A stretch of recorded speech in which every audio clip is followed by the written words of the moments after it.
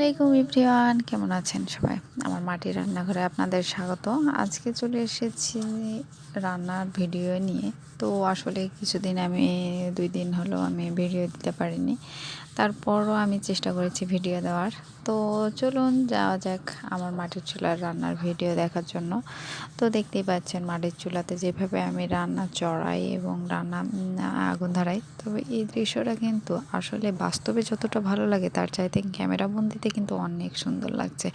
আমি তো পরে দেখে অবাক হয়ে গেছি, জানি না কাদের ভালো লেগেছে, তো অবশ্যই কমেন্ট করে জানাবেন। তো দেখতেই পাচ্ছেন আমি এখানে আমার গাছের চাল কুমড়ো পেড়ে নিয়েছি, আর এই চাল কুমড়ো দিয়ে আমি চিংড়ি মাছের রান্নার রেসিপি আজকে আপনাদের সাথে শেয়ার করব। তো দেখতেই পাচ্ছেন আমার চিংড়ি মাছ দিয়ে আমি আজকে করব।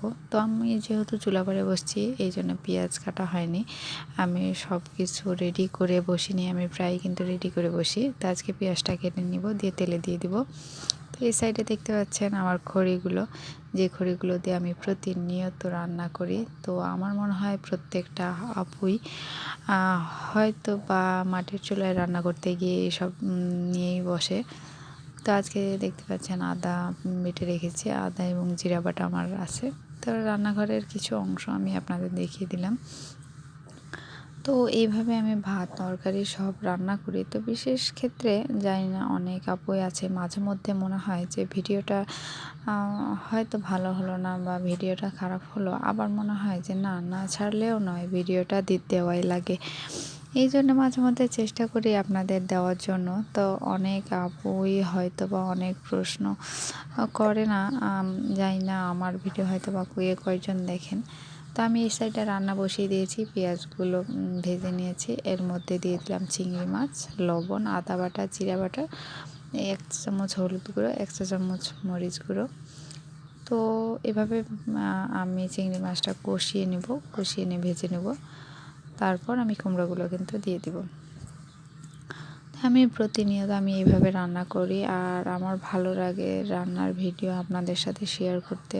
যেহেতু আমার প্রথমেই কিন্তু আমি একটু রান্না বিষয়ক নিয়েই চেষ্টা করেছিলাম, কিন্তু আসলে আমি কোনো সাফল্য পাইনি, যার কারণে আমি এই ব্লগ ভিডিওতে আমি আবার যোগদান করেছি। তবে আসলে জানি না আপনাদের কতটুকু সাপোর্ট পাবো, তো আশা করছি ইনশাল্লাহ সাপোর্ট পাবো এক সময়। তো দেখতেই পাচ্ছেন আমার ভুনাগুলা, এর মধ্যে আমি আমার কুমড়া জালিগুলো দিয়ে দিয়েছি। তো আমি এভাবে কষিয়ে নিয়ে কুমড়াগুলো আমি ভালোভাবে ঢেকে দিয়ে রান্না করে নেব। তো পুরো ভিডিওটাই রান্না করার ভিডিওটা আমি কিন্তু পুরোটাই আপনাদের সাথে শেয়ার করতে পারিনি। তো যাক, এই সাইডে আমি পেঁপে রেখেছি, পেঁপেটাও কেটে নিয়ে ভাজি করে নিব। তো আজকের এই ভিডিওতে আমি পুরোটাই আপনাদের দেখাতে পারবো না, তো আমি হালকা হালকা করে দেখাবো। আর আমি অবশ্যই চেষ্টা করব যে আমার প্রত্যেকটা রান্না আপনাদের সাথে শেয়ার করার জন্য। তো দেখতেই পাচ্ছেন যেহেতু আমি একাই ভিডিও করি, এখানে আমি মাছ রান্না করব, আর মাছগুলোকে আমি ভালোভাবে ভেজে নিয়েছি। আর ভেজে নেওয়ার জন্য আমি প্যানে আমার তেলাপিয়া মাছ যেটা বলে, সেই মাছটাকে আমি ভালোভাবে ভেজে নিয়ে রান্না করে নেব। তো সব কিছুর মূল কথা হলো যে সাপোর্টটা অনেক কার্যকর, আর সাপোর্ট যখন না পাই তখন মনটা খারাপ হয়। এই জন্য মাঝে মধ্যে ভিডিও ছাড়ার আগ্রহটাও হারিয়ে ফেলি। তো কিছু আপু আছে যারা কমেন্ট করার পর আবার আগ্রহটা জেগে ওঠে। তো যাক, একে অপরের সাপোর্টটাই কিন্তু অনেক। এখানে আমি পেঁয়াজ কুচি নিয়েছি, পেঁয়াজ থেতো নিয়েছি, আদা বাটা, রসুন বাটা, জিরা বাটা মাছের জন্য, আর এখানে নিয়েছি ফুলকপি। তো ফুলকপি দিয়ে আমি আজকে মাছ রান্না করব।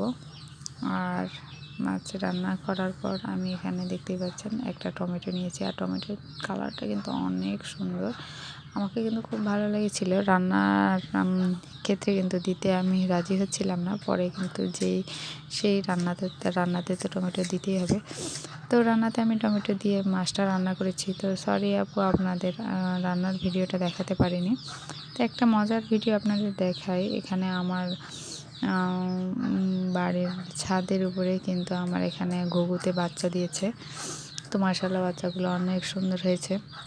তো জানি না কার কোনটা ভালো লাগবে, আমার কথাগুলো ভালো হয় কি না। তো অবশ্যই আমার চ্যানেলটির পাশে থাকবেন, আমার চ্যানেলটি সাবস্ক্রাইব করে দিবেন, আর আমার ভুল ত্রুটি অবশ্যই কমেন্টে জানাবেন।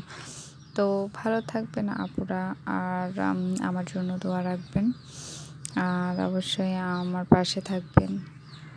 তো আর কি বলবো, আমার ভিডিওটা আজকের মতো এখানেই আমি শেষ করতে যাচ্ছি, কারণ আজকে আমি হুট করে তো তাই কিছু দিতে পারলাম না।